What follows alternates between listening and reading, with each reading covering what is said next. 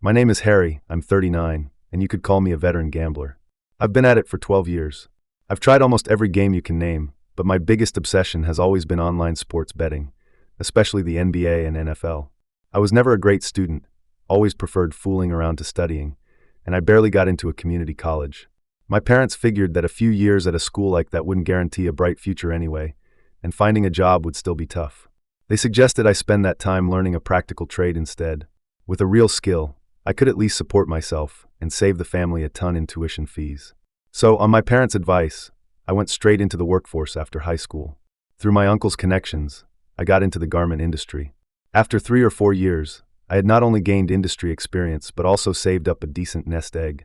I knew the business inside and out, and the idea of opening my own garment factory started to take root in my mind. I told my uncle Ben about it.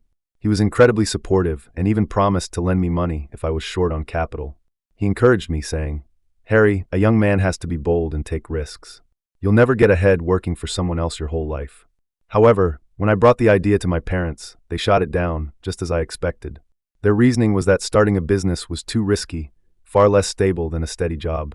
The older generation always leans toward caution and conservatism, which I could understand. In the end, it was Uncle Ben who stepped in to mediate. He promised my parents that he would help me create a budget. I would use all my savings, plus some support from them, and he would provide an interest-free loan to cover the rest. Only after hearing my uncle's steadfast support did my parents reluctantly agree. At 24, with funding from my family and my uncle, my garment factory successfully opened. Business was just as I had imagined. It was booming. By the time I was 27, I had used my earnings to buy a nice house in the suburbs outright, bought a new car, and had over $60,000 in the bank. I knew none of this would have been possible without Uncle Ben's support. I'm a grateful person, so once I was financially comfortable, I made sure to bring him good whiskey and gifts every Thanksgiving and Christmas. I was especially good to his 2 children.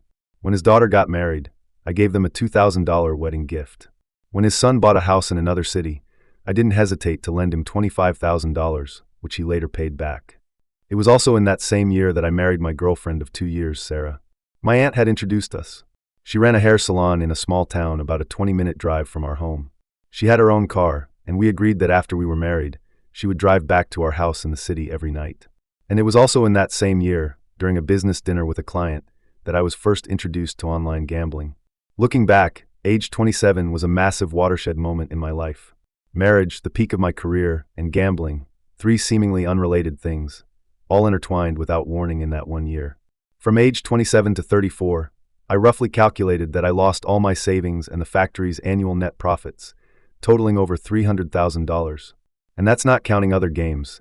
In sports betting alone, I lost more than $200,000. In those years, my factory's net profit was consistently between $45,000 and $60,000 a year. Why do I remember this period so vividly? Because at 34, in 2020, the pandemic hit. At first, no one thought much of it, but as things got worse, brick-and-mortar businesses in every industry were hit hard. My factory's orders plummeted.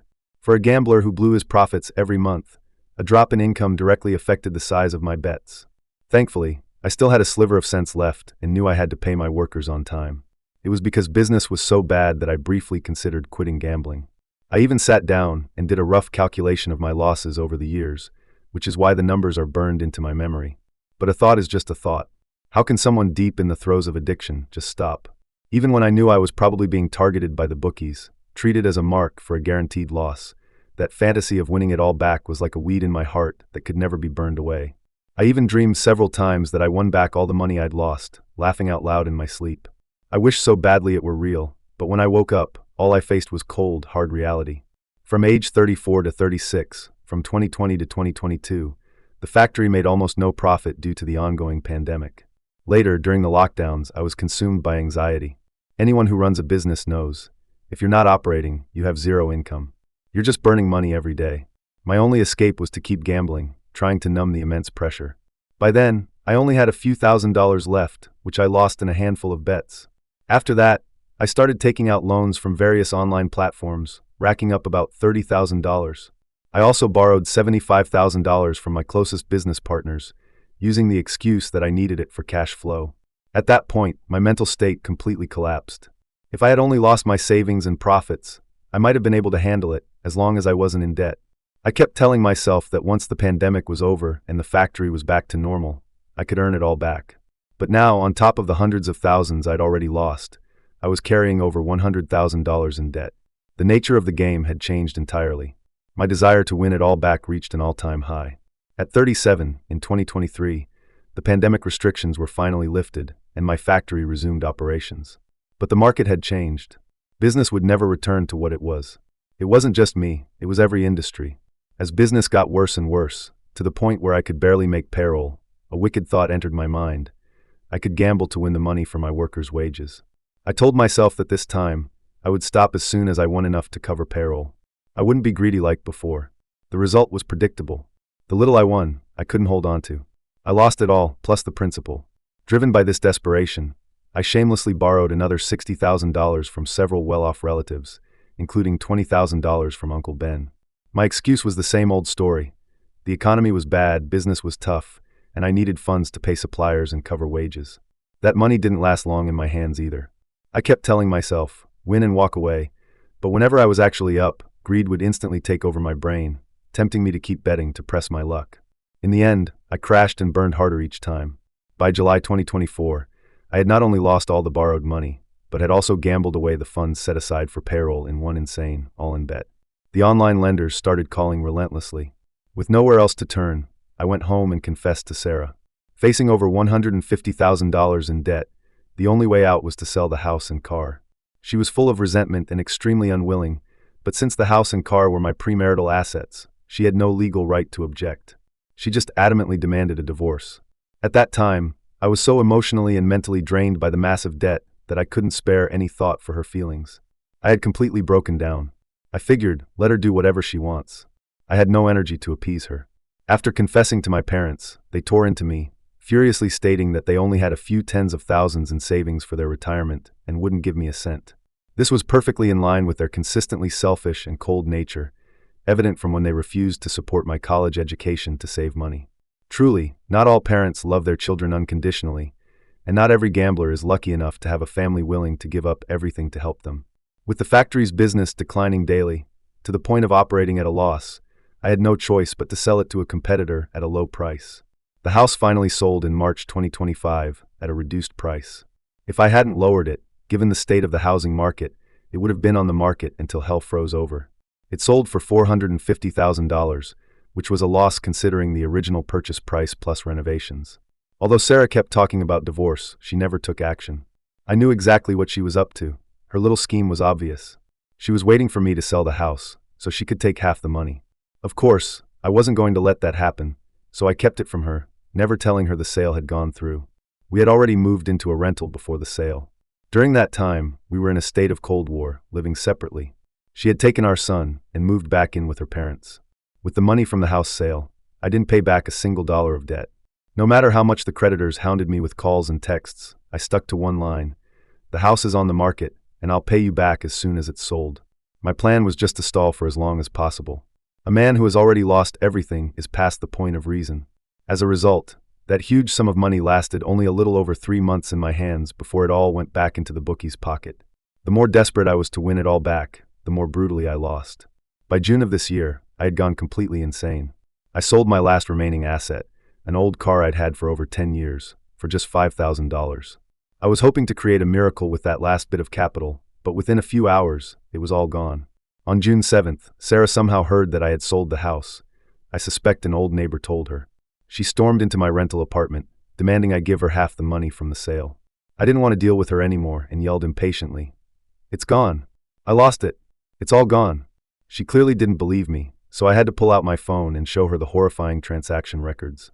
Seeing that the money was truly gone, she started scratching and biting me. It was then I understood. She had never gotten physical before because she was still hoping for a payday.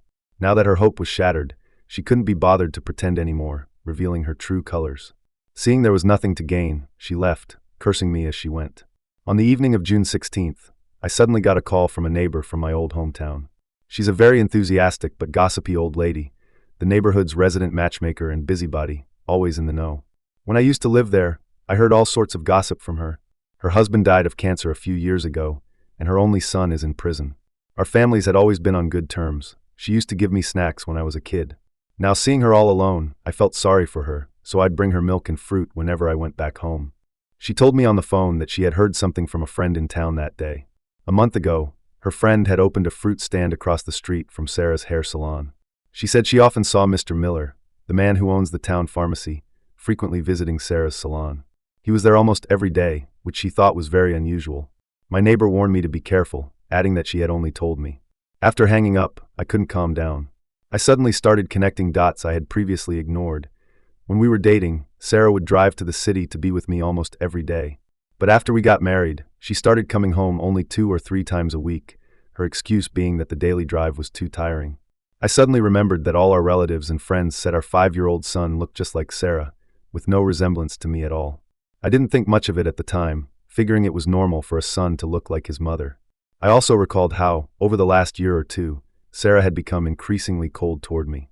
She showed no interest in our sex life, unlike before when she was passionate. It was always just over and done with quickly. It's strange how the mind works. Once a seed of doubt is planted, all the ignored details start to surface in a chain reaction. And once you start suspecting, your thoughts spiral uncontrollably toward the worst-case scenario. The more I thought about it, the more uneasy I felt. I barely slept that night. The next day, I bought some fruit and went to her parents' house, deliberately choosing a time when Sarah was at her salon to avoid her. Under the pretext of visiting my son, I snuck into the bathroom and grabbed his toothbrush. I took the toothbrush and found a DNA testing service online. A few days later, the results came in. Staring at the cold, clinical words on the report, confirming that I was not the child's biological father, I nearly ground my molars to dust. I tore the report to shreds in a rage, but that line was like a knife, carved deep into my mind.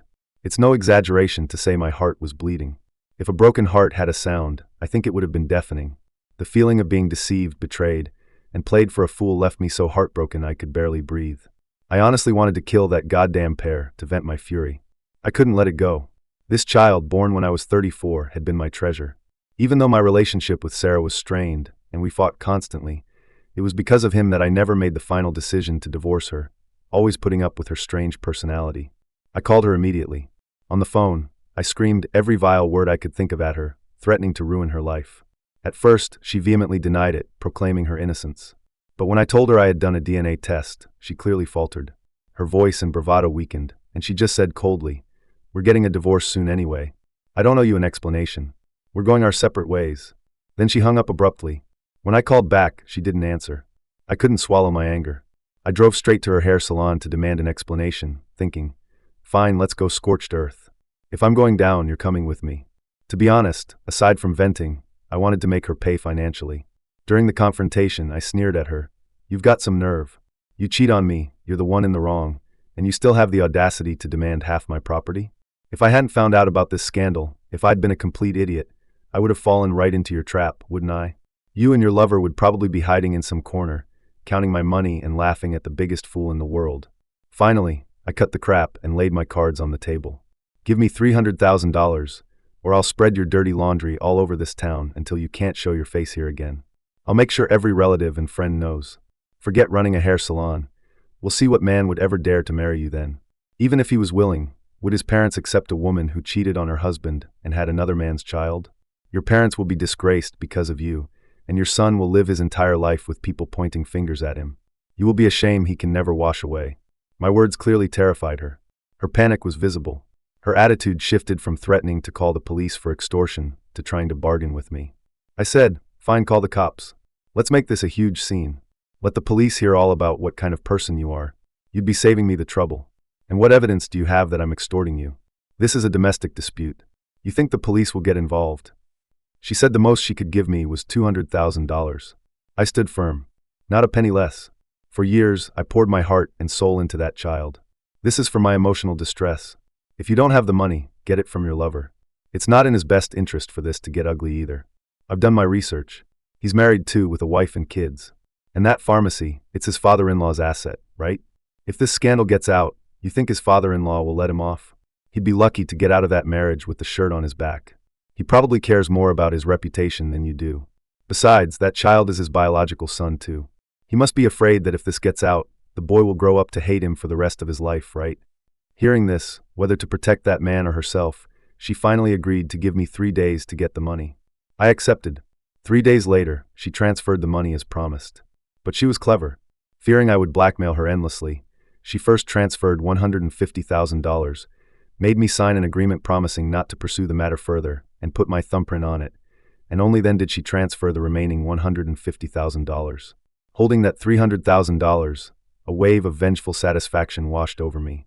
Perhaps because the money came so easily, an unexpected windfall, I didn't feel any attachment to it.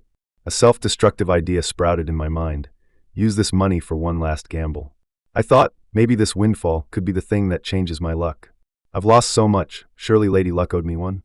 Surely the platform would let me win just once. The idea was beautiful, but the ending was cruel. In a matter of days, I had lost the entire $300,000. At that moment, I truly understood what it meant for one's heart to turn to ash, what it felt like to be better off dead. Nearly 20 years of hard work building my life, all turned to dust because of gambling. Back to square one overnight. After losing everything, I had no choice but to push the $100,000+ of debt to the back of my mind, because I had no ability to repay it. I found a day labor job as a mover in a warehouse, surviving on the meager daily wages. Sarah and I have officially divorced. Because of my long overdue debts, I'm now a pariah in the eyes of all my friends and relatives. I can honestly say I've lost everything, money, love, family, all gone. I even raised another man's son for 5 years. Every time I think about it, my stomach churns, and a nameless rage builds up in my chest with nowhere to go. The feeling of being a cuckold is just too damn bitter. Sigh. That's all there is to it. I don't know what else to say. This is something that will probably take me a lifetime to process. Right now, I'm even terrified of marriage, afraid of being hurt again.